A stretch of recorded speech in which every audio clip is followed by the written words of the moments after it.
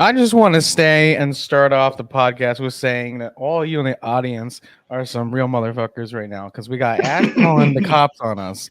First off, that's anti-communist. I don't want to hear it. What is with this man? Talk to the manager. I'm the manager, Andrew. We all know this. The only one who's doing good here is Chico. Hello, Cheeks. Nice to see you around here. Remember to hit the thumbs up. That's what our producer Janet Lumpy Luis demands of all of you. Wow, 2 seconds in and I'm on so blessed. Yeah, you are because you're coming in here and you're causing problems. You came But in Cutie, hot. but Cutie will come and get you. Cutie's gonna come and get you. He's the head of the NKVD. He will call the police on the police. Anyway, Cutie you is know, the police. I cannot be surprised, right? Because there's a lot of Latin energy going on right here in this podcast, more so than I think we've ever had. And y'all are talking about calling the police, so I'm peeping it. I'm writing it down, I'm jotting it down. You're all on the list. I will end this. I will end this live right now. It will be the shortest episode we've ever had. This is everyone's files now have an addendum. I have documents on all of you. Anyway, no, just kidding, of course. Anyway, how's everybody doing? We have a special guest here today. If I can remember how to pronounce her name, I'm pretty sure they said "Oh my." Oh my, yeah. Oh, I I was say, gonna say, oh God, I can't even. God damn. Immediately. Yeah, Immediately. immediately. It's funny because the episode I just pre-recorded the other day, the person had delusional in their name, but they didn't spell it the way it's spelled. So I was just looking at it. Cruz, you're gonna have to figure this issue out.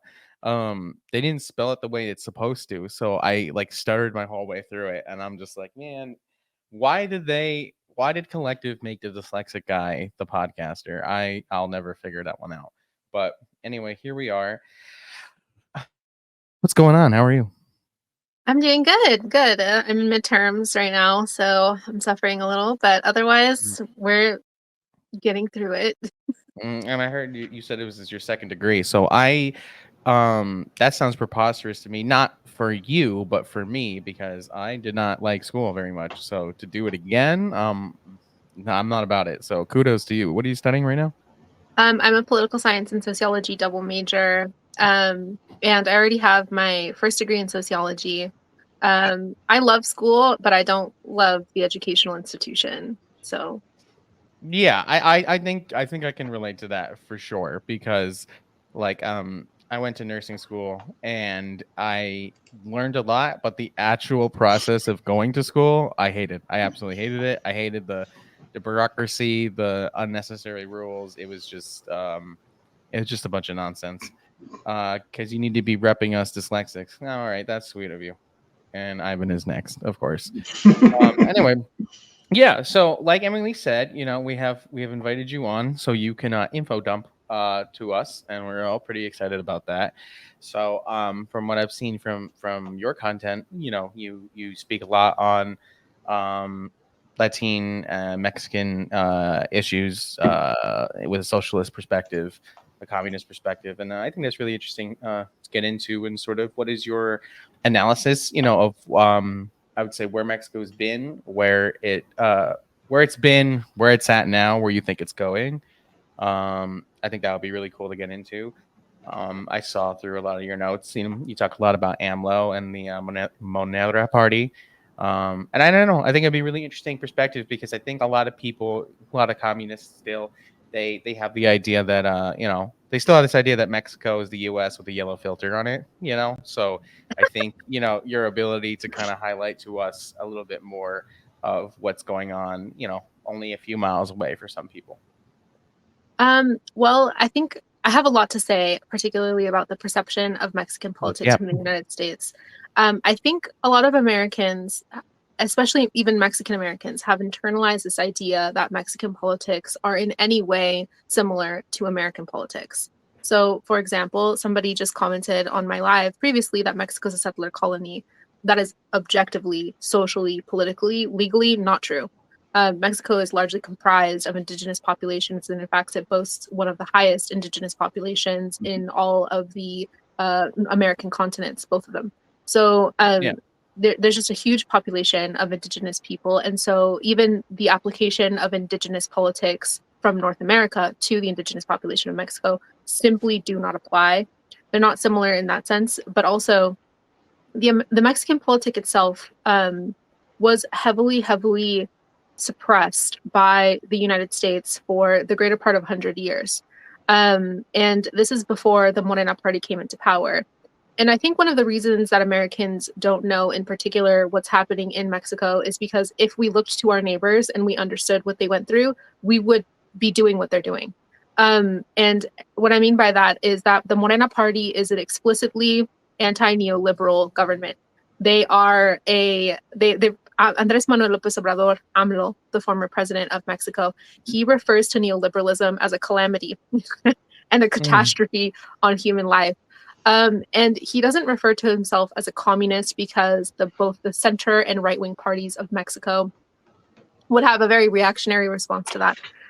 But instead, he refers to the Mexican social infrastructure as the fourth transformation. He also calls it the conscious revolution, or Mexican humanism. So for him, communism is this idea that is sort of the prehistory of Marxist communism. So and a lot of people don't know this, but Marx based primitive communism on Mesoamerican cultures. So the AMLO's position on communism is heavily centered on indigeneity and what communism looked like before pre-Hispanic, pre-colonial ideologies. And in fact, he himself was sort of groomed by the Chontales, which is his tribe, and raised to sort of inculcate socialist policy inside of the general Mexican politic. Now, we can say a lot about hierarchy and how it's inherently abusive in Mexico, and we could say that they still have a great path to move even further left that is left. But in terms of how we observe Mexican politics in comparison to the American politics, I think a lot of people think that it is actually Mexico with the yellow filter and America with the yellow filter. And I think that's a really adept way that most Westerners perceive the Mexican politic when it couldn't be further from the truth. And the people that have died, even in this year alone, this last political season alone, for Mexican policy to continue on its left-wing path has been astronomical. It was one of the bloodiest years in Mexican politics there ever has been. And this is largely because the United States is actively interfering in Mexican politics and ensuring that really leftist politicians don't make it as far as they're supposed to. So, yeah, I have a lot to say about that in particular. But yeah, I think that's a really good way to characterize it, is that particularly Americans view Mexican policy and Mexican people and just the general region as a second America, as a colony of the United States in many ways. Yeah. Okay. Yeah, I have a couple thoughts. I used to work with in an indigenous group of communists who were working on sort of revitalizing the Chicanismo within what was, formerly Mexico, taken over by the United States. And I was working on with an old buddy, an old friend of the show, on sort of like what we were perceiving as like kind of like a new iteration of like Chicanismo, in the sense of like recognizing, I was sort of working on my own idea. I don't want to say my own theory because that sounds cringe, but my own idea of like basically the marginalized identities of, what we call Hispanic, in our case, indigenous people of the, South and Central America, sort of uniting under like the same marginalization that we face as we're imported into the empire, and kind of building that around the idea of Chicanismo. I didn't go anywhere, so that would be something I'd have to revisit if I would still even agree with that at this point. But the point I'm making is that a lot of the resistance that we had encountered were people saying that that the comments distracted me. People saying that Mexico is a settler colony, and therefore there is no real legitimacy in like basically what you're saying, in the Mexican politics. Yeah, and I never agree with that. That would be fair to say that, well, they're a settler colony in the same expanse as like the United States. Yeah, well, beyond referring to it as a settler colony, we have to look at the definitions of what settlers are, what colonists are, and what settler colonialism is as a whole. Mexico is a sovereign nation. It is not under the colonial rule or impetus of the United States or Britain or Spain anymore. We could say that Nueva España was a settler colony. We can say that Mexican people in Mexico have internalized a lot of colonialist ideology. We can say that there has been a whitewashing that's happened to the general Mexican public, especially the Mexican American public who have come here and have assimilated.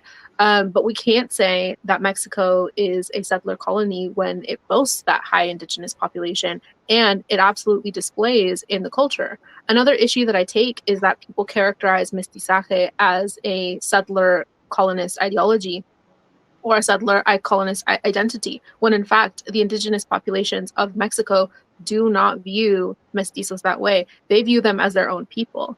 And to exclude mestizos from the indigenous identity is actually to participate in cultural genocide, because mestizaje, right? So mestizaje in and of itself, there's a word for it in English, which is miscegenation.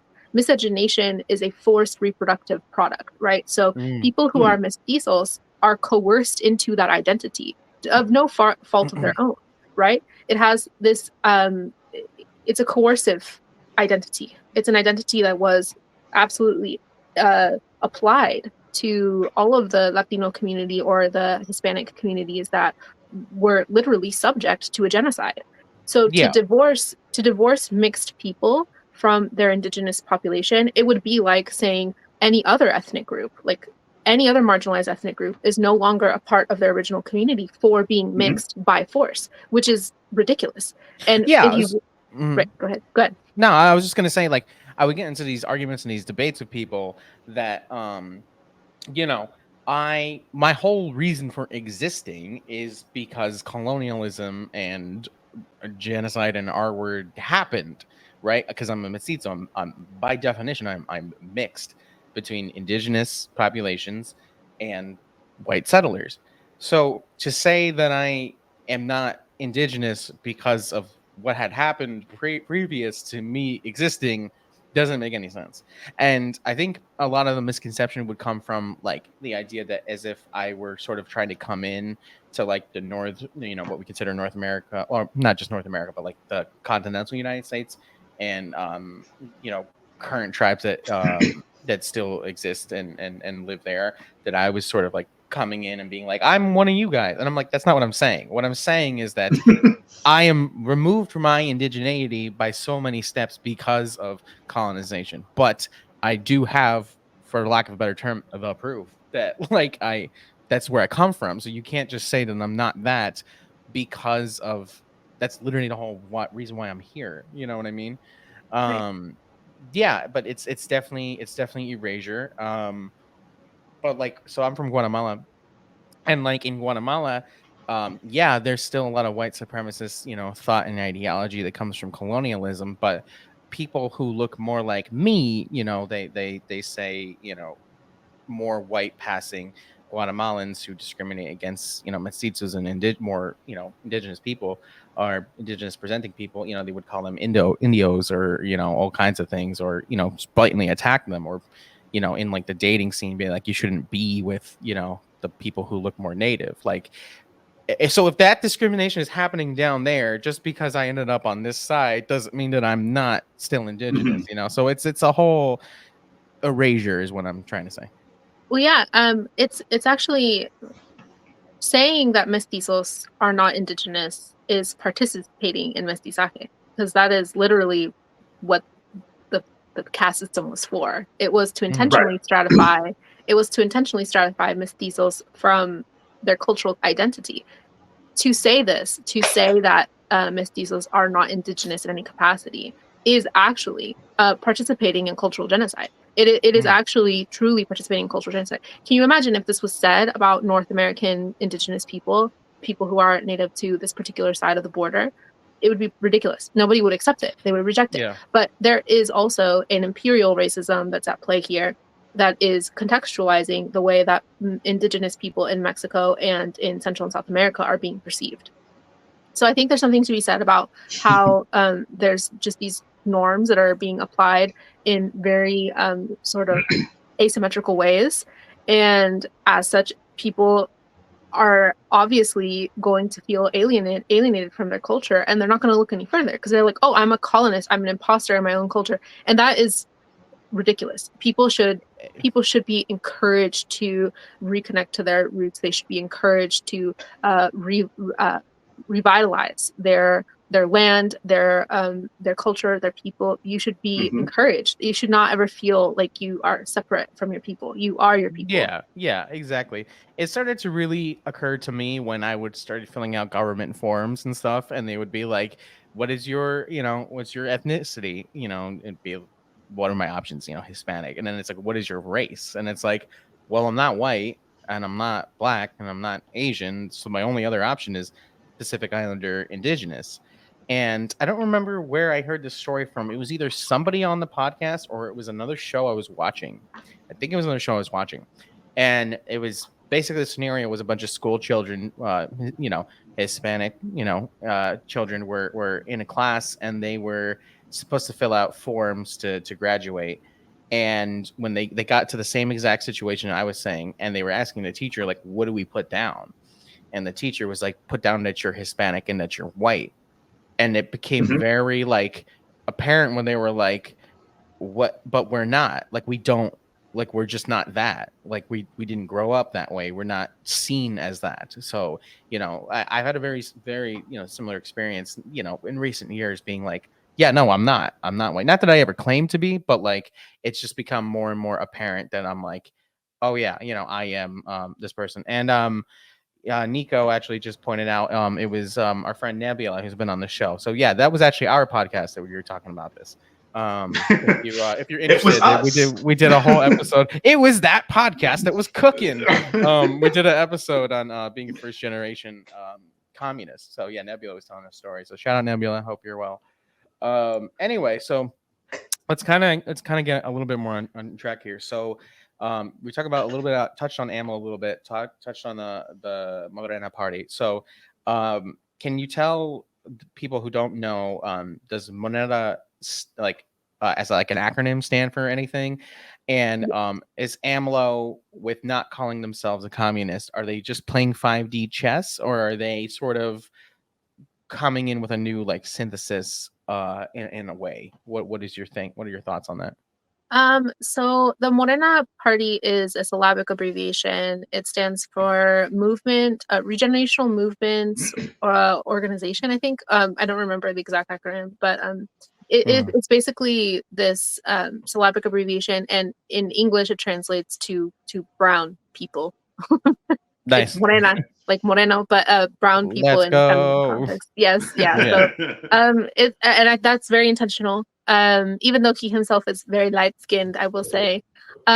So I want to talk a little bit more about the founding of the party, so that we can kind of get into how AMLO is playing this. So the founding of the party, and if you read my paper, there's a lot to this, but the gist of it is that Andrés Manuel López Obrador, he started his career as a not politician. He was largely looking to become into education, and that's why he did teach sociology for a period of time. And he started his career after he was associated with this, or he realized that there was this massive federal movement to oppress the students who were resisting American imperialism and the Porril movement. And if you don't know about the Porril movement, they were literally fascist federalist unions. So they were unions inside of the government that were explicitly fascist, and their whole purpose was to oppress communist and left-wing ideology inside of student movements.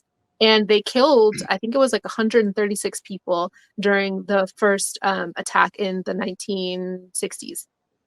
And this happened at UNAM, which is Andrés Manuel López Obrador, his university. And so as he came up in politics, he sort of faced all of this resistance to decolonization, to to leftist ideology in general. And he has a sociology background, so he very much fully understands what is happening. And because he understands what's happening, he starts making these very intelligent moves to sort of align himself with what we would consider the Democratic Party, which is the PRI in Mexico. And both the PRI and the PAN are both essentially what we could say are the Democratic and Republican Party, just like in Mexican font. Like they really are very, very right-wing political parties.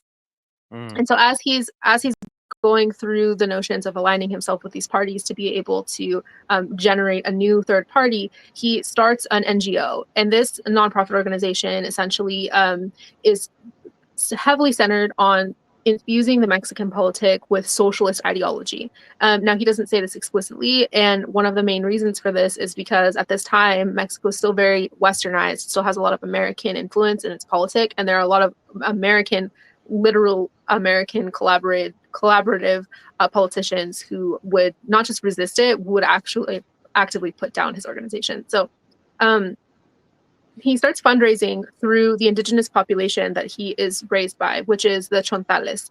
And he helps them do an agricultural step to revitalize the swamps that are nearby. And they are able to create essentially this very, very harmonious agricultural setup on these swamps. And as a result, he gets this mass support from the indigenous populations of his land, and not just the Chontales, like a bunch of other indigenous populations join them and help him come up into power. And as he's doing this, he's facing a lot of resistance to the point where at least 3 of the elections that we know of have explicit fraud that, like, the United States is interfering in, that pro-American politicians are interfering in, and just like general Western influences are interfering in. And he loses both his gubernatorial races for the Mexico City, which is like the biggest. It would kind of be like losing the Washington D.C. government like position. And he loses, and then finally on his third try he wins. But despite the fact that he wins, he still has to basically get like 60,000 people to come protest to certify the election, and they're in defiance of the version of the electoral college that Mexico has. He still manages to be seated as the governor of Mexico City, and at that point he codifies the Morena party into the Mexican politic. That's like when it gets its inception. And he does run for president 2 times before he finally makes it into the seat. Again, lots of interference and such. And then he finally, at the very end, makes it as president, and that's in 2016. So he's making all these moves, and he's facing resistance basically at every corner. And at the same time, many politicians who join his his cohort of politicians who are going to be couched under the Morena party, many of them start getting methodically assassinated. And as they are getting methodically assassinated, he sort of starts to realize that he has to change the way that he's talking about Mexican politics to be able to ensure that the third party, it survives. And so he does, and he starts referring to it as Mexican humanism, which are nods to pre-Hispanic, pre-colonial roots of Marxist ideology.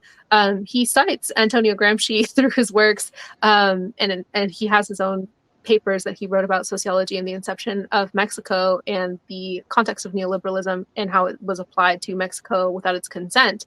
And he's just doing all these different moves that specifically are resisting the American empire. And a lot of people die as a result because they're trying to maintain their integrity. And yet still he makes it. And so now his primary message, I would say, is about socialism, but with a Mexican perspective rather than a Western perspective, because in many ways he's also trying to distance himself from Western ideology as a whole, right? So like in a broader way, he's very worried about the implementation of Mexican American politicians in the Mexican politic who are bad actors, who want to destroy the Morena party. And as I stated before, this was one of the deadliest years for Mexican politicians, particularly Morena party. 60% of the politicians that were assassinated within this last political season in Mexico were all Morena party politicians. And they were espousing anti-American, anti-imperial, and pro-socialist ideology.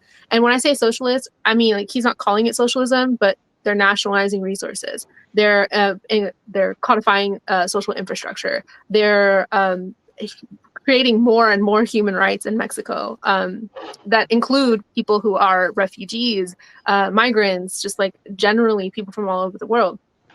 And so I think it's really interesting because I don't think that he's necessarily playing 3D chess. I think he's doing things in a way that makes sense for Mexican people and that doesn't necessarily make sense for American or Western communists. Because when we see this, our natural reaction is to immediately point the finger to that they're corrupt. But it couldn't be further from the truth, because corruption has social implications and it has actual real world outcomes, right? So if you see corruption, it's going to have an outcome. Like here in the United States, we know that we're run by oligarchs because everything is crazy expensive. Sorry, wildly expensive. And it's just our human rights are being like methodically brought down one by one. Yeah. And we also see that our politicians generally are not moving in any meaningful way to codify any laws that benefit us. Right. And that is how it's been for so long, that for a lot of us, it really it seems kind of like the norm. But in Mexico, we're seeing constant codification of human rights, constant implementation of social infrastructure and social programs. Just literally like last week, they created a new vivienda law, which is like a housing law to ensure that Mexican people have housing as a human right. And the way that they're doing this is that they're doing tax credits and making housing essentially free for people who are impoverished. So it's a very interesting thing to watch Mexican people get all the things that Americans are asking for, and then simultaneously Americans are voting for politicians who have literally zero interest in helping them. So so I would say that it's not that he's necessarily not calling it communism because of a sort of political ploy or our sensibilities. It's more that he was using language that Mexican people understood to be able to understand. Like, so he's not going to say socialism or communism. He's going to say social programs that you want, and these are the social programs that you want, and you're right. No, I understand what you're saying, and I think it's a really interesting way to put it, because I'm definitely somebody at this point where like, well, you said you've watched my content, so like you've definitely heard me be like, I'm an authoritarian tanky, so like I'm a lot more like like just put it out as it is. But it's not my place to tell Mexico or Mexicans how they should call or operate their political ideology, even if it is in favor of what I'm advocating for in the heart of the empire. You know what I mean?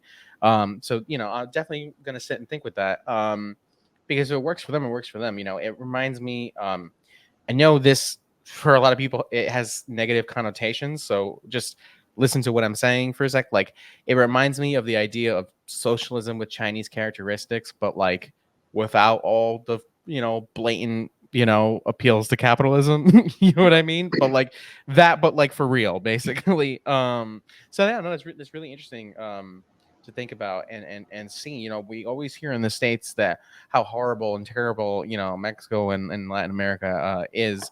And I hear it all the time here in New York, especially because so many people immigrate or seek asylum, and they come here in New York, and we hear all the people are always like, they're coming here and taking the jobs and stealing up all the resources and money and whatever. But when you start to break down these conversations with people, and a lot of times, not the immigrants, like just people, talking shit basically.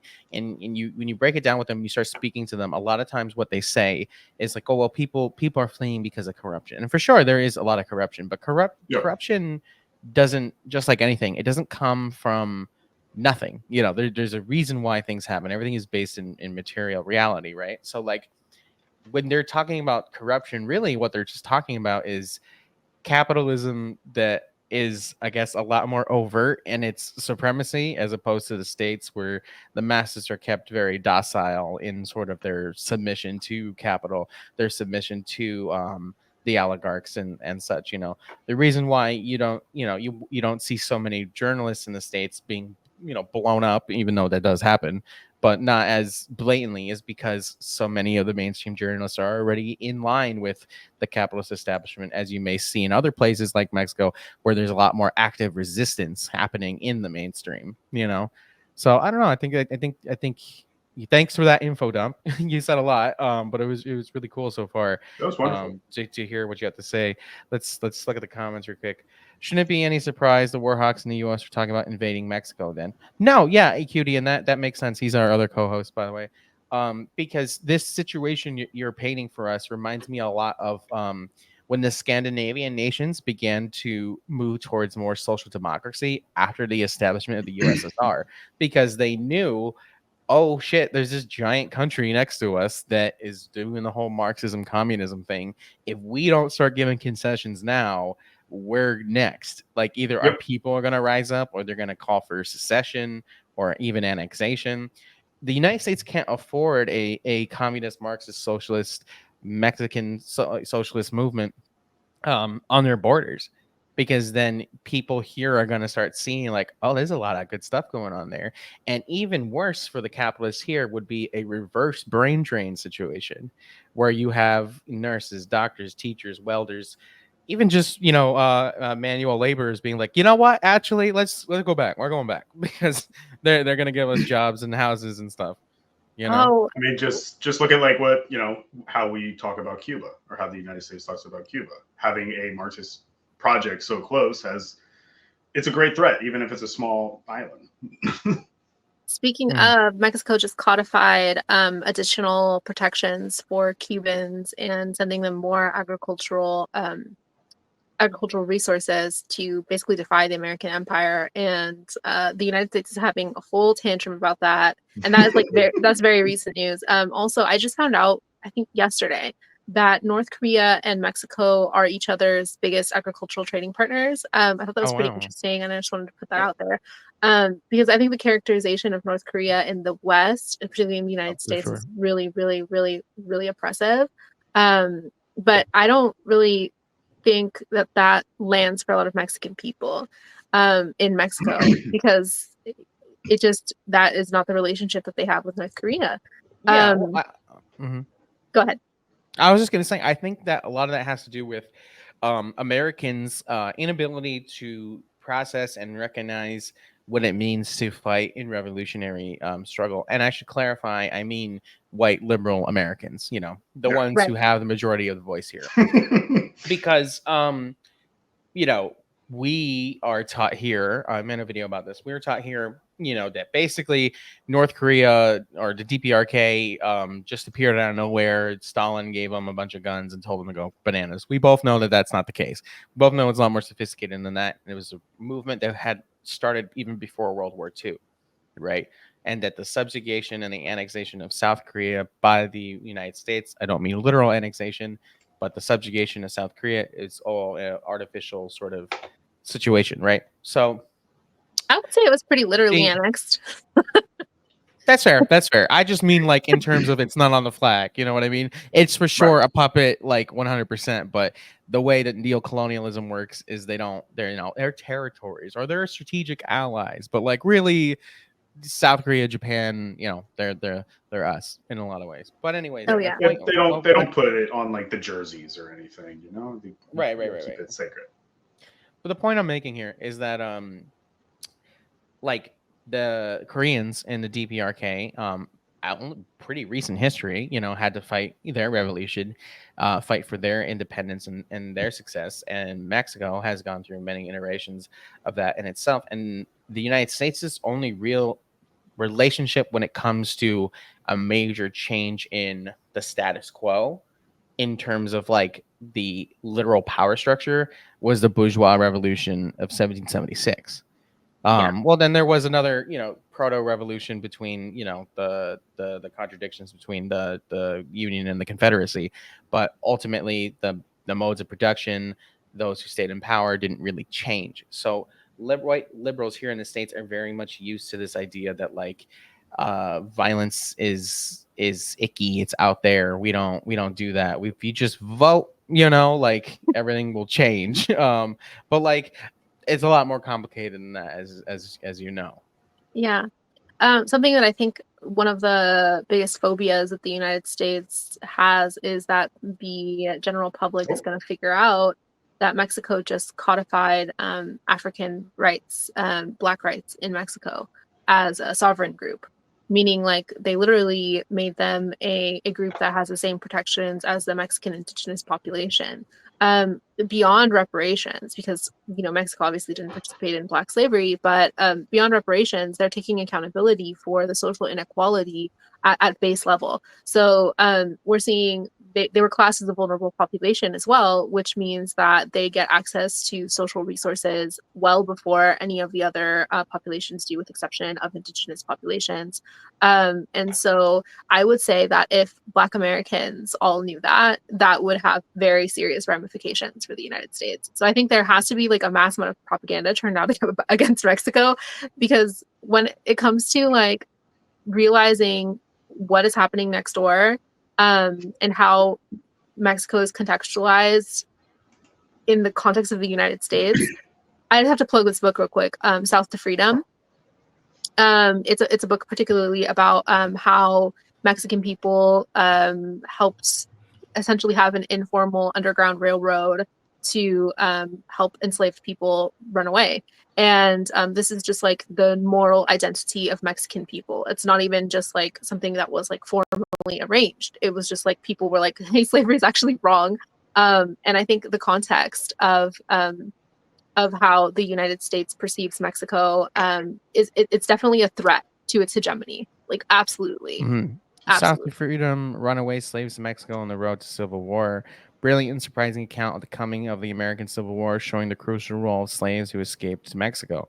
Underground railroads to the north promised salvation to many American slaves before the Civil War, but thousands of people in the South Central United States escaped slavery, not by heading north, but by crossing the southern border into Mexico, where slavery was abolished in 1837. Cool. Thanks for that plug. Really It's a good one. Made me adding cry. that to my list. Mm-hmm. Literally wept openly in class while reading it. It's such a good read. All right, I'll let you know.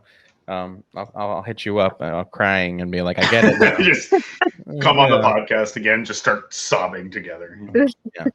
Hey, like something about love and community and crying together. It's good. It's good for the soul. It's healing. Oh, for sure. So tell me how, I saw in your notes, you mentioned how you saw the MORENA party like directly affect, I think you said, your father's side of your family. Can you tell us about that? Like a little bit more of like the I guess, I mean, obviously go as personal as you want, but like the personal aspects of this, because we're speaking a lot of facts and like matter of fact, but like how has this been presented to you in your life? So I say this all the time, and people take this negatively or positively depending on who's in the room. But I live half of the year in Mexico in my tribe. We are Wixárika, and my home is still made out of adobe. Yeah, it's there's a stamp on it that says the year that it was handmade by my great grandparents. And it was made in 1837. So Oh, wow. my home is very old. We still have indigenous architecture and carvings throughout our land. And we own 10 properties of approximately 100 acres each. So I'm like a completely wild person when I'm not in the United States. And obviously the biggest cartel in my neck of the woods is the Cartel Nueva Generación de Jalisco. Or Jalisco Nueva Generación. I don't remember what the order of the words is, but anyway, they are a cartel that is especially known for brutalizing the indigenous populations and sequestering their land and turning it into production facilities, essentially, whether that is for manufacturing or distribution, or actually just like agricultural theft. Or using their agricultural resources to export drugs to the United States. So, and right next door is the Driscoll agricultural plant, right, really, really close to my house. So my political view of Driscoll is that it's obviously an inherently colonial agricultural business, in particular because it takes resources that are typically free. And so in my little pueblito, anybody can go, and we get backpackers all the time. and my grandparents would host them in our house at no cost. They could just come, and even if you don't speak any English or any Spanish, I mean, or any of the languages that are available to speak, you'll get fed. You're gonna have somewhere to sleep, and you can just walk on the land and go and eat the food. So for me, before the Morena party, my experience was that I was really, really afraid to go back. I was really, really afraid to go back anytime that I would travel through, especially if I went through by car, which is my preferred method because I like to see all the places that I'm driving by, and just view all the locations that I like to visit. And I was just very afraid for the last, I'm 33 years old. So for the majority of my life, it was very scary to go through and be worried about the cartel getting to me, getting to my dad. I know people that have been kidnapped by the cartel. I know people that have been, abused by the cartel. I know people who have had their farms sequestered. I know that was my lived experience, and I needed answers. I needed answers for why this was happening to my people, to the land. How could it be possible that my own people are hijacking the community? But then my dad said this to me, and he was like, you need to think about the cartel the way that Americans think about the Taliban. It's the same. These are a group of people that is actively being paid for by the United States, by imperial regimes, to come here and destroy the land. These are your people, but they're hijacked mentally, physically by the imperial state. Like, that is what they are. My dad's a Mexican communist, so he has a lot of problems with the United States. My grandfather was a Zapatista, so we knew what was happening. Like, we knew how things were happening, and I didn't fully come aware of it until I was an adult. But I did understand that these were not Mexican people anymore. These were American agents. And as I conceptualized that growing up, I started to really see that our land was becoming increasingly threatened by the presence of the cartel. And once I got into sociology and I understood that the reason that people join cartels is because of poverty, then I understood why the United States destabilizes Mexico. Then I understood how they manufacture the exportation of labor into the United States by destabilizing Mexico. And also the market of drug production it's incredibly lucrative. It is the most lucrative in the world. And the wealthiest people on earth are cartel. If we're talking about illegal money, that's all coming from the blood of my people. That's all coming from Mexico. That's all coming from Colombia. That's all coming from Central and South America. Yeah, I like that you did make that comparison, to the Taliban, in the sense that I think a lot of people don't understand. So when we look at the history of Afghanistan, right? A lot of people, and this means something to me because I'm Muslim. So the what happened in Afghanistan, yes, Afghanistan had its own, socialist revolution. Cutie and I are actually working on some kind of video about that. It's in all its intricacies and all that. Anywho's, so the point is when that happened and the United States poured money and guns into this conceited effort to ignite far right-wing religious fundamental ideology, and it spread like crazy, because how are you going to get people to join that? We know as communists it is very difficult to educate people, to sometimes win people over when they're desperate, when they're hungry, especially young men.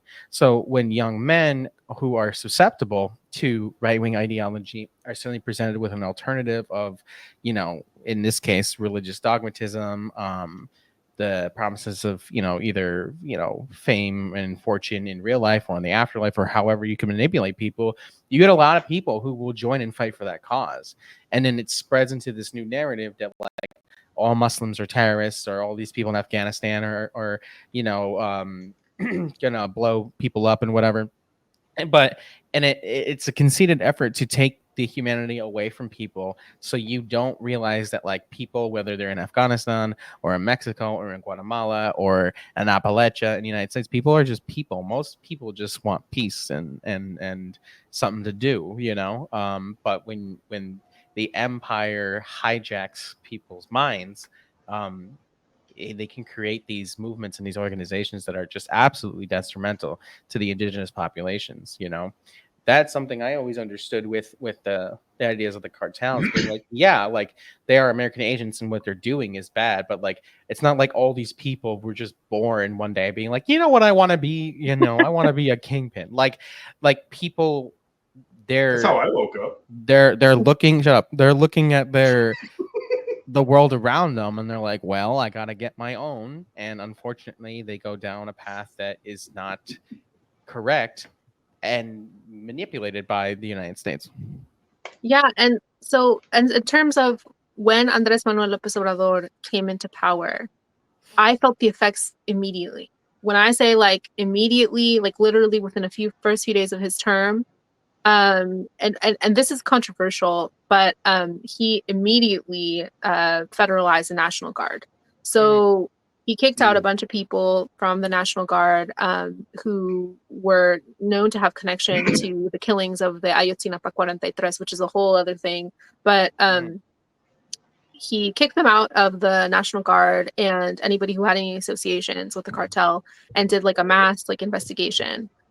Which was very controversial, especially for leftists in Mexico, because, federalizing the National Guard and like doing all this stuff. But the way that I view the National Guard, from my perception, is that it is at this point in time a necessary evil, because it is the only way to stop the cartel from coming onto our lands. My dad went and applied for a National Guard person to come and protect our land, because one of the bigger issues that people don't see that's happening in terms of the cartel and their desire to interrupt the system is that they don't just come and take the agricultural land to produce whatever it is that they're producing. They also destroy the indigenous architecture that's there. I have thousands of years of architecture that lives there, that if that land was used for agriculture, it wouldn't just destroy the ecosystem, it would cause ecocide. It would also destroy actual artifacts that have been in my family for generations. We have this mass grave site that is an indigenous grave site that has literally a ton of carvings that are, from my ancestors. If this land was expropriated for the cartel use, what it would mean is that I would not just lose the connection to the land. It would mean that the local ecosystem would be negatively impacted by its expropriation. Now, I do have an issue with the military in general, and I do have an issue with the use of legitimate violence in the context of a state and a hierarchical structure. But what I don't have an issue is sleeping at night. Like, I need my dad to be safe on the land, and that's a very controversial take in a leftist space. But from my point of view, there's no other way. My dad is not going to take arms. He's indigenous. He doesn't feel comfortable taking up arms to cause harm to other Mexican people, regardless of what their identity is, because he sees them as people who are poor, who come from poverty. Yeah. They're his own people in many ways, and so he will talk to them. He does talk to cartel members and tell them to, like, hey, like, you got to get out of this life or whatever, and try to radicalize them. But short of that, he just does not feel comfortable taking up arms. It's also, my dad's almost in his 70s. Like, he's not gonna. He's not gonna. Yeah. It makes sense. I don't think what you're saying is controversial. I think we honestly see a lot of, I always talk on the podcast about TikTok communists.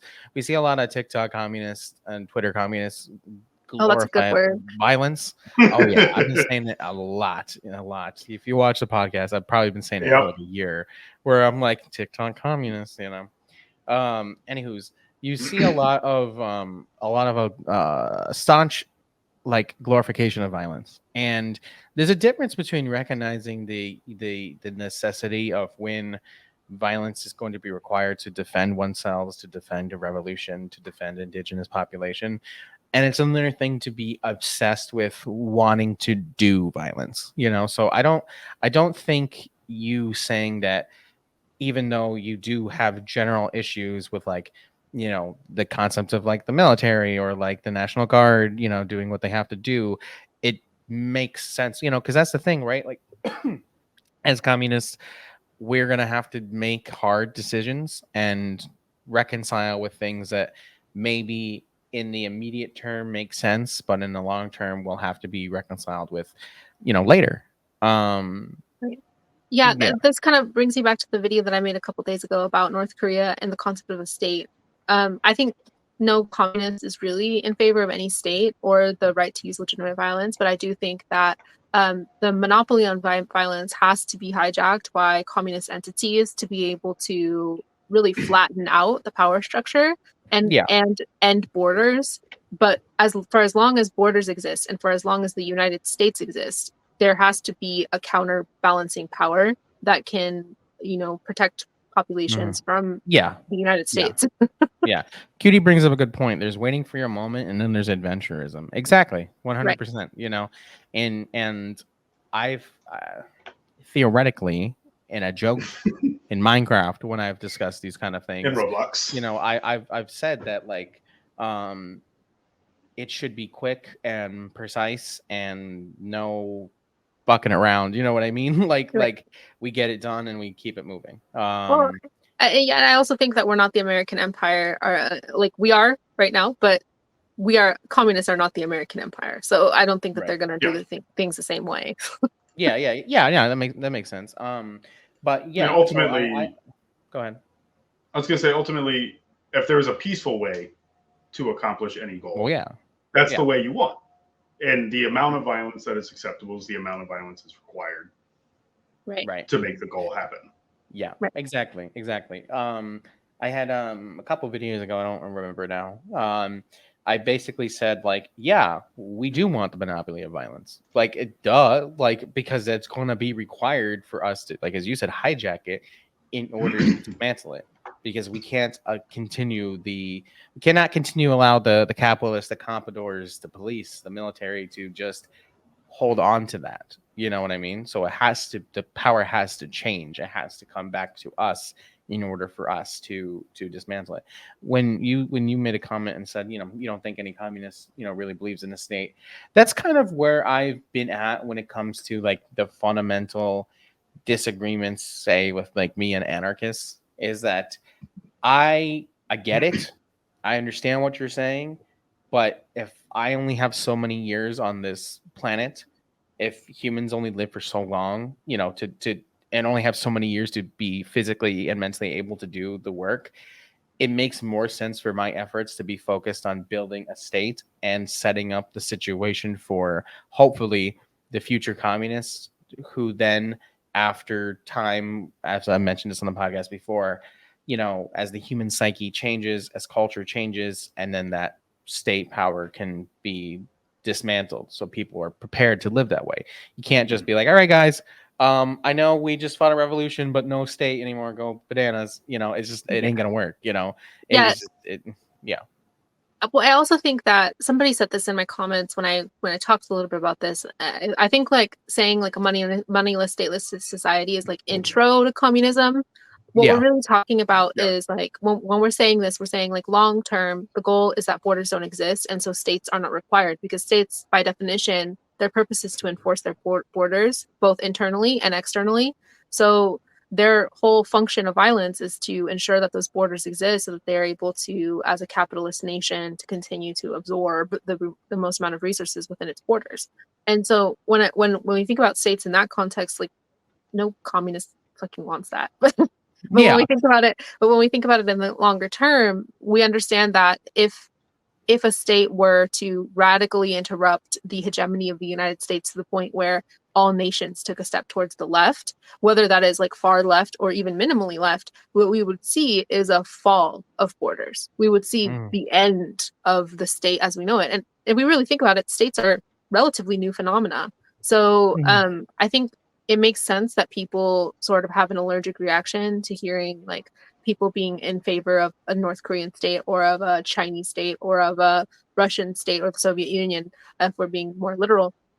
But I think that the reality is that when we're talking about states, we have to be very careful, because for people who don't have a full conceptualization of communism, we have to, like, remind them what the end goal is. And I think, like, that's where a lot of, like, communist, leftists, anarchists, etc., kind of, like, don't agree, I think a lot of anarchists have a very practical vision for the end result, but I think that a lot of hardline communists who do not want a state, I think they don't view the use of a state as something that is a reasonable application for Mm-hmm. for uh, for the end goal. But I do think that there's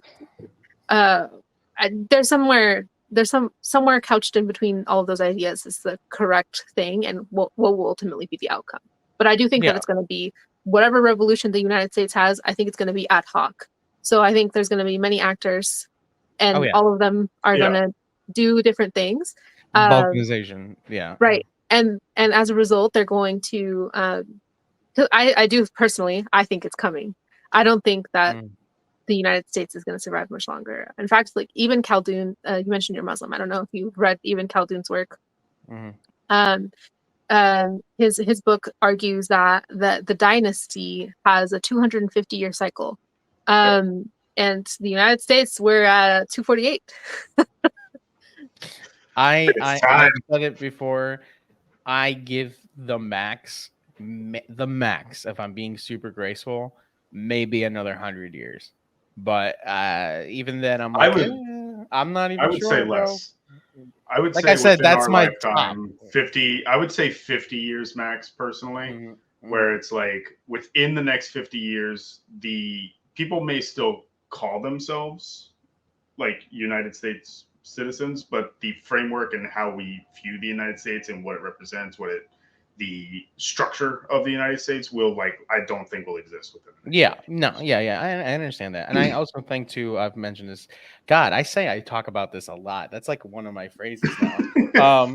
Is that I do believe, I've mentioned, when I talk about the Third World War, like, yes, the contradictions between, the Russia, United States, China are escalating and getting bigger. But I do think when that happens, the Third World War will not only be those conflicts, but global revolutions all around the world, which I think we're sort of seeing, I feel like almost a new iteration of what it means to liberate oneself from their national oppressors, in the sense that, when the Bolsheviks did the revolution, even when the Chinese did the revolution and the Cubans, the world was still so much bigger than it is now.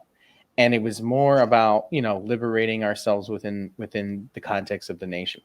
But now we're at a point where, as we're seeing climate disaster get worse and worse, we're facing ultimately human extinction, in the sense of, I think some people have a misconception that like a really big hurricane will come and wipe out all the people. But really what it's going to be is a very slow stagnation of human society that will eventually just kind of dissolve human society over time, until basically there will be no real way for human civilization to continue to be sustainable in the way that we are, or at least we're trying to pretend that we are now, until eventually it just kind of peters out. And I don't want that. So, and most people in the world don't want that. So I think it's all very much going to happen, very, very, very much at the same time. I think that's interesting. This is my cue to talk about Jill Stein. So okay. Politically, I'm very far left of her. She has a lot of ideas that I fundamentally agree with. I think a lot of her concepts are very interesting. But I want to talk about a little bit about Mexican politics, and kind of going back to the Morena party explicitly and what revolution is. And we define revolution as a transition from one socioeconomic structure into the next, whether that is good or bad, right? That is what revolution is by definition. It's this transition. And Mexico's transition was through electoral politics. And in fact, like in the modern age, there are many different social revolutions and economic revolutions that have happened as a result of electoral politics. And this is not me saying that electoral politics was the end all be all, particularly for Mexico. As I said, like many people died. Many people died, and they still are dying as a result of American imperialism, political corruption, just all of these other problems, particularly in Mexico, socioeconomic and otherwise, that are absolutely consequences of just the 100 years of subjugation that Mexico's endured. But I will say that the third party is a crucial element to speeding up the revolution. If we want real like political change immediately, I would say that a third party would be ideal. I'm not saying that I think that a third party would win this election cycle, but I'm not delusional in that sense. But I do understand. I do understand that like having a threat to the American hegemony that is very direct and clear and explicit, in the same way that the Morena party was to the PRI and the PAN. We are in a very similar situation, by the way, as when the Morena party came into power. It really took literally 60,000 people coming out to protest to ensure that his seat was guaranteed. So I'm not saying that it would be something that like would happen this cycle, or that that it would be easy to potentially codify a third party into American politics. But I do think that there's something to be said about a third party candidate who has a real shot at disrupting the bipartisan structure. Because when people talk about revolution, we understand it as leftists as this bloody and violent disciplinary sort of reaction. But it is not true that that is always the case. In fact, most revolutions are completely bloodless, and they happen at least in part through electoral politics. One of my favorite activists is Acentua at American Police Terror Project, or Anti-Police Terror Project, not American. Anti-Police Terror Project. And she said this a long time ago when I was protesting in the Black Lives Matter protests in 2016. She said, we have to throw everything at the problem, including the kitchen sink. So that means not just electoral politics, not just protests, not just actually riots, not just, economic boycotts, sanctions, and divestments, not just arming yourself, not just, learning how to work within the American politic. It's about also using electoral politics as an organizing tool. And we saw this directly from Malcolm X. We saw this from Martin Luther King, who asked us to use organizing. Even Angela Davis said this. I know a lot of people are mischaracterizing what she said in that interview, but she said what her words were, which were an echo of all of the other Black Panther Party members who have said similar things, which was electoral politics are an organizing tool.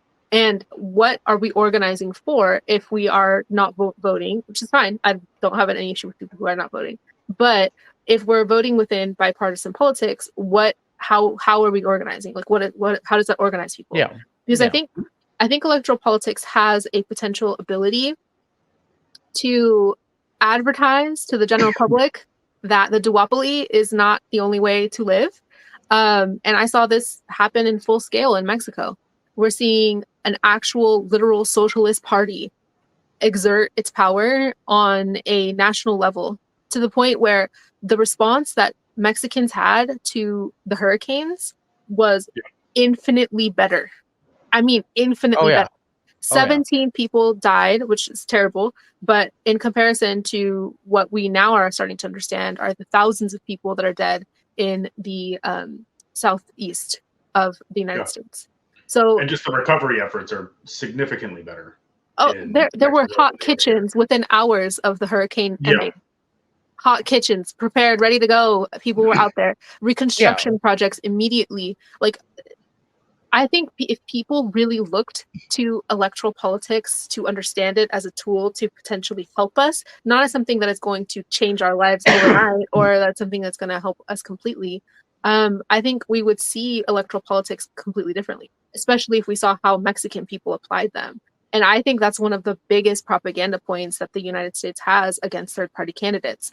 And I like Jill Stein particularly because she is especially popular. I like her message. I like that her message is appealing to even like the most slack-jawed loser, like white guy.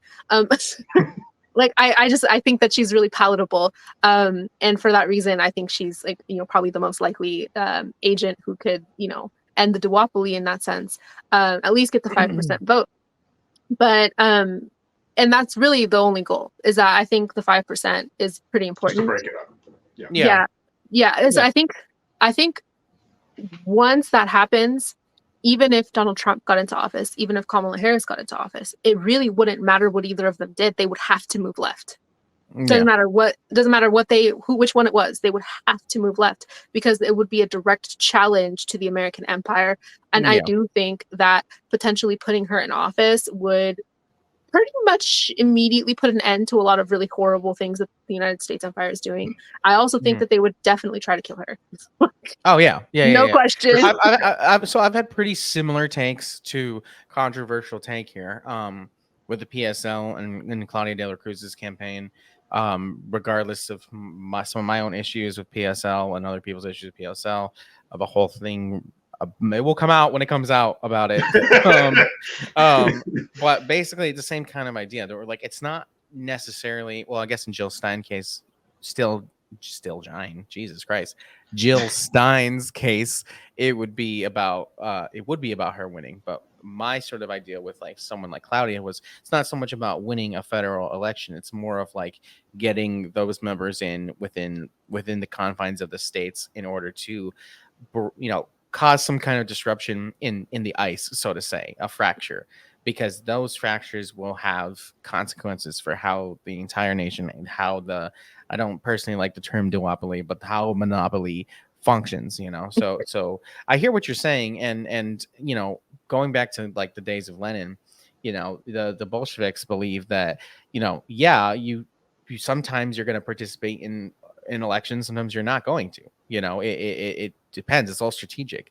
Do it, don't do it. But like for me, like somebody in New York is going to go for Kamala Harris. That's how it's going to be, right? But if someone like Claudia was on the ballot, then it would make more sense for me, a New York communist, to put favor into her as opposed to Kamala. Currently as it stands right now, with New York going to swing blue no matter what, for someone like me, there's no point in voting. My strategy goes elsewhere, as opposed to different like swing states and such, or states that may flip one way or another. So no, you definitely have a really interesting take about that. We don't see a lot of communists brave like you to be out here and be like, well, actually, so I know I hate to be that guy too, but I mean the reality is that when you see it, when you see the third party actually make it in another country, and you see the effects that it has, you can't help but draw the comparison.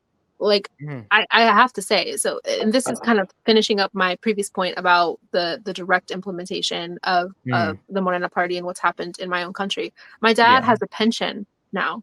He didn't have a pension before. I am going to be able to get a pension as a migrant, as somebody who I don't live there. I don't live there in Mexico right now. Like, I'm going to be able to enjoy a pension in the United States from the Mexican government because of my marginalization as a Mexican migrant. Oh, okay. I see what you're saying. Wow. That's pretty cool. It's amazing. People who go to Mexico and are there as refugees are getting incredible social support.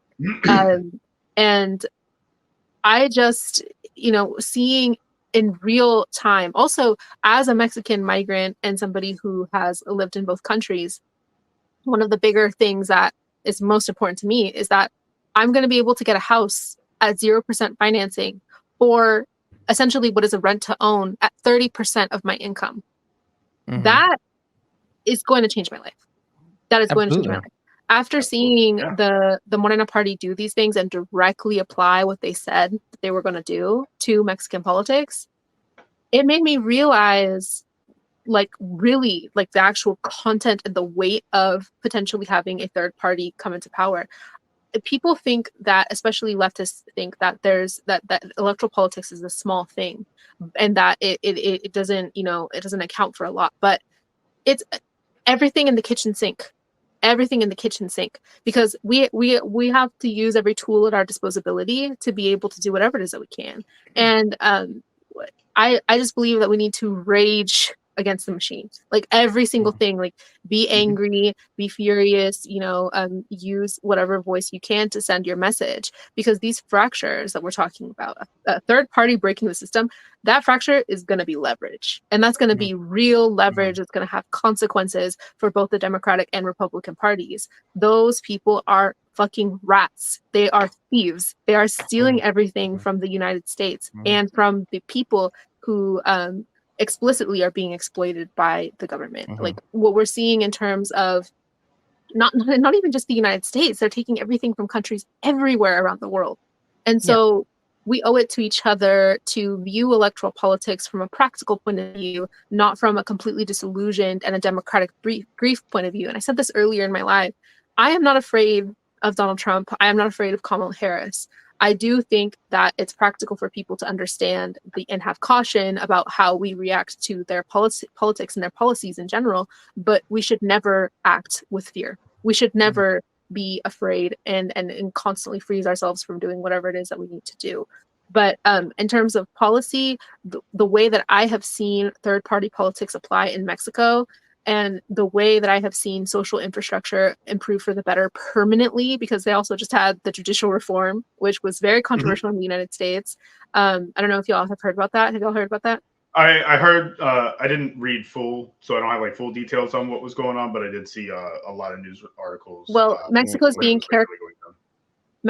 characterized as a dictatorship now by the United States. So I don't know if y'all know this, but for the United States, for American political science, by definition, communism is dictatorship.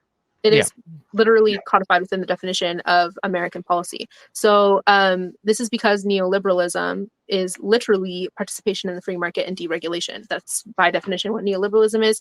And the United States is a neoliberal country. They are all even the most right-wing politician is a neoliberal. They are capitalist. And their priority is trade with other nations. Even if they're the most racist, they still want to trade with China. They still want to trade with, whatever entity they want to trade with. And whenever a country chooses not to engage in that trade, they are contextualized as a dictatorship, because they no longer are allowing the liberty of trade with the United States. So what's very interesting is that the Mexican people are being given a new power, which is in the format of the judicial reform. So the judicial reform was a 6-point plan that basically start to finish completely reformed the entire judicial branch, right? And so at the top, they have a very similar structure as the United States, which is the Supreme Court justices. And then somewhere in the middle, they have various magistrates, etc., and other local and domestic justices. And then, of course, they also have all of the administrators who live couched under the judicial branch. Well, every single one of those positions of power is, with exception of small scale administrative jobs, are all being elected by popular vote. Can you imagine if the United States elected the Supreme Court justices by popular vote and the implications that it would have for American policy? It would change everything. It would change. Yeah, complete fundamental change of everything. And they can't be reelected. They can only be couched in their position for, I think, a total of, it was either 6 or 10 years. They have a very short term limit, and they can't be reelected. They have to stay in their position for that period of time, and they can't come back. They can't reapply. They can't. Which limits the power of the Supreme Court and the justices within the program. One of the bigger issues that the left has with the judicial reform is that they are now going to be delivering, certain justices are going to be delivering their courts with anonymity because of the cartels in particular, which some leftists are like, okay, that could be a violation of human rights. 6 years, a 7-year term? 6. It's 6 years. Oh, 6 year term. Yeah, so they have a very limited term now that they can't reapply for. And so actually, is that true that they can't reapply? Actually, that might not be true. They might be able to now reapply. I don't remember if that was what changed. So it says here, the members of the JDT will be elected by popular vote and serve a 6-year term with no possibility of reelection. That's right. Okay. Yeah. So the justice reform makes it so that they can't reapply. So in any case, it's a complete overhaul of the justice system. And as a result, the Mexican public is going to have the ability to codify it into law, whatever they want, really. And the United States had a massive tantrum when this happened. I mean, the propaganda that was churned out, they said that they were emasculating the Supreme Court. They referred to Mexico as a backsliding democracy. It's just the level, because the Supreme Court also supports Congress to some degree in making sure that the trade agreements are nationalized or not. So like if there's agriculture that is better for Mexico, then Congress and the legislative branch and the judicial branch collaborate to make sure that whether or not that gets administrated federally, or if it actually can, those resources can be traded on. So there's just a heavy interest of the United States for that to have not happened. And the trials, of course, of criminals of the United States are also going to be affected by this. So there's just a lot there that the United States is fundamentally opposed to. So, and this is directly couched under the Morena party. This was one of the biggest reforms that was explicitly done by this third party. This is why I'm like drinking the third party juice, because I'm like I've truly seen the change. And I know that that's controversial for leftists to advocate and go so hard for a third party potentially coming to power. But I've seen the solution. I've seen it happen. Yeah. No, I mean, honestly, this whole conversation actually has been very, very helpful. I do appreciate you coming on. You know, we've been going at this for a little over an hour now. Is there anything else you want to say real quick? What the plan is real quick, because of the breaking news, we're gonna change gears a little bit and touch on the news that just came out. You can stay for that if you want. We can drop you down. It's up to you. But is there anything sort of on this topic? It's major news going on right now. Yeah. So I'll she's like, what happened? Yeah, this is like a collective first time change gears middle of the shift. But anywho's, is there anything you want to say like in finality about this topic that you brought up to us? Yeah, I mean, the last thing that I think I want to say is, no matter what your beliefs are, never succumb to democratic grief to keep you from moving. And always remember that whatever the United States thinks, whatever the general message that the United States puts out about any country, it's probably the opposite is true. Yeah, so that's probably my biggest contribution, I think, to this conversation, is that we have other places to look to view revolution from different points of view, and we have neighbors that are our comrades and are doing very, very impressive things that will change the world. Yeah, I just saw the news. Okay. I'm a political science student, so I'm scared. Okay. Yeah. Okay. Cool. There's one last little thing I wanted to say, because the conversation reminded me of a quote that I heard a long time ago, and it comes from the Mexican Revolution back in 1919. It under Zapata, it wasn't Zapata himself, but someone else. I don't know what socialism is, but I am a Bolshevik. And that's sort of touching on what you were talking about earlier, where it's like, you know, they're not calling themselves communists, they're not calling themselves socialists necessarily, but in all but name, that's effectively what's happening. You got some nice. Can I stay for while you talk about the news? Yeah, you can. Okay, right. I have some opinions. No, you're good. You got some compliments here. He said, "Thanks, Oma. I appreciate everything you said. Learned a lot." And from Chico, agree. I learned a lot. It was great. Thank you. I'm so glad. All right, cool. So, in morbid news, as we were discussing, you know, the hypothetical war. So this happened. So, live updates: Israel strikes at Iran targets in retaliation for earlier attack. Now, if I'm not mistaken, gang, Israel hasn't blatantly attacked Iran, like Iran proper, right? Since October 7th? Like, not that they have claimed. It's, as far as I know, it's like highly suspected that something was them, but not like they said yes. Yeah. Okay. that we So did this. here we go from, sorry, it's bourgeois news, MPC news. Wow. Well, I'm going to call it that. Israel confirmed that it has launched precise strikes on military targets in Iran. Early Saturday local time, Israeli occupational forces said the strikes were in response to months of continuous attack. What do you mean? Oh, I'm on CNN. I'm looking at the CNN live updates right now. And as of 1 minute ago, Israel is currently carrying out a second wave. Great. Like quite literally as we're talking about this, a second wave goddamn. is hitting. The strikes appear limited to military sites, non-Iranian nuclear facilities, or oil fields. Strikes today came as Israel intensified its campaigns in Gaza and Lebanon. Here we go. Let me refresh this page, see where we're at. Israel's retaliation, Iran makes the emergence of escalating decades-long shadow war.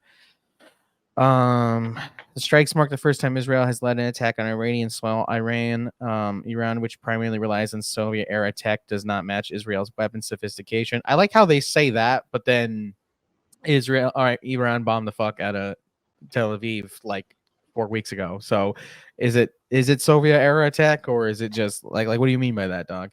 But that's the propaganda, how it starts.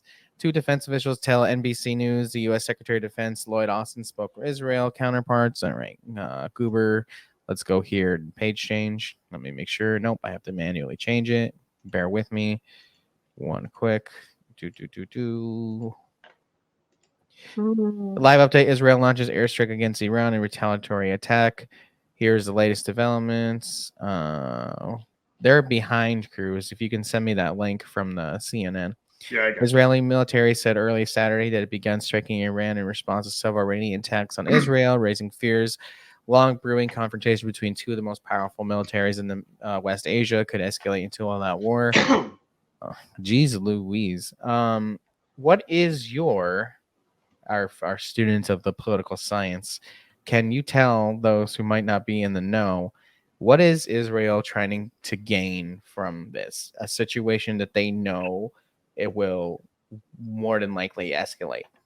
I think there's a common misconception about politics from the left and from the right the same, which is that people believe that politicians fundamentally do not believe what they're saying and that they're being disingenuous in their actions. But actually, so something that I like to always bring to the conversation is that when it comes to political science is entirely, okay, I say this as a political science student, it's entirely propaganda. It is predicated upon the function of colonialism at its core. The American polity as an umbrella is fully indoctrinating.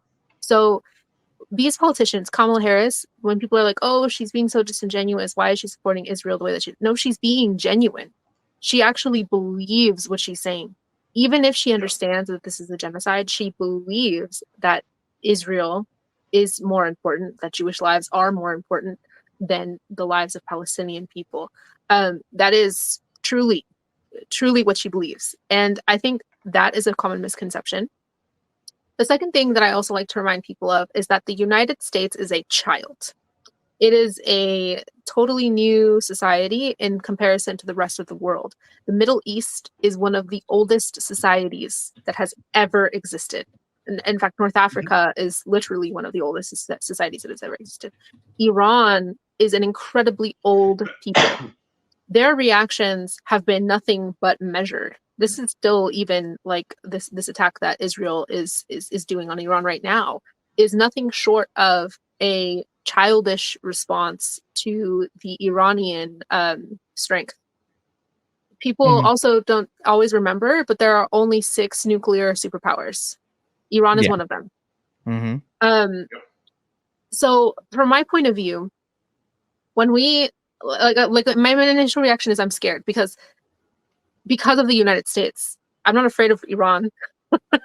Iran has been nothing but wise the entirety of this conflict. Like if we really think about it, like, and I have a lot of problems with the Iranian regime. I have a lot of problems with the Iranian government. I fundamentally oppose their religious police and like the way that they treat the women, etc. Blah blah. Fine, but that aside, Iran is still an older society that has implications for the United States. So one of my takes on the politics of the situation is that Iran is going to continue to be very measured and deliberate in its response. And this is actually the second time that Israel has attacked Iran. And the last time they keep saying this, that they want to have these symbolic strikes on Iran. And the reason they're doing this is because they're embarrassed. They are a failing empire. My dad says this all the time, Israel is a society of very few people. It's a very small country. And they are actively trying to protect the capitalist interests of the American government. That's really what they are. They are an arm of the American empire. So in my opinion, we have nothing to fear from Iran, but we do have a lot to fear from the state's oppression. And one of the reasons that I believe that this is happening the way that it is because Kamala Harris is trying to come across as strong, and she is being spoon-fed a lot of ideas about her positions, so that way she continues the genocide in Palestine. So, if we understand that she fully believes the shit that she's saying, if we understand it that way, then we can sort of see that this is going to be a display of strength. This is something that she thinks is a display of strength, because American politicians heavily prioritize high dominant style of leadership. If you see how Trump is in particular, they like to display strength as a way to identify their American identity as politicians. So I just thank you for that analysis. Really, really good. I pulled some pictures from Telegram. So this is from Tehran from a couple of minutes ago. Just somebody's cell phone picture, something on fire, burning, obviously. Do we know what they attacked? We haven't gotten confirmation of anything. So yet. What I'm seeing at least on the CNN one, it's military targets, like military targets as in quotes. Well, that's the first time that Israel's been measured in any country. And you know what? Well, who knows? They say a military target would be, an apartment building and it's got a missile silo at the bottom of it or something, So right, or it has a radio antenna, or it's a preschool, Yeah, it could be a preschool, according to them. 100%. I got one more. Unfortunately, one of the first people to post about it. This is not. I'm not condoning them. I don't care for Jackson Hinkle. But he's way too excited about this. Of course he is. But yeah, this is two of the same photos that he got from Instagram, which I wish I realized that before I downloaded it. But yeah, so that's what we have. That's where we're at. I keep refreshing this page to see if there's anything news coming out, but there's really not going to be anything probably for the next couple of minutes. So to those of you who are in the audience right now, if it continues to build and build and build, I will go live again and we can talk about this. But for now, I just wanted to touch base with you guys about that. That's what's going on. Oh my, thank you so much for coming on the show. This was a lot of fun. Listen, don't correct me, dog. I'm gonna. Yeah, it's and May, the month. May. May. Well, but anyway, I will correct you. Yeah. I'm just letting you know. The final update I'm seeing here before we go. Both Iran and Israel have closed their airspaces. So we'll see what transpires as a result of that. Okay. Anyway, stick around after the show for a few minutes, and to the rest of you lovelies, goodbye. Thank you. Thank you for having me. It was a pleasure. Absolutely great.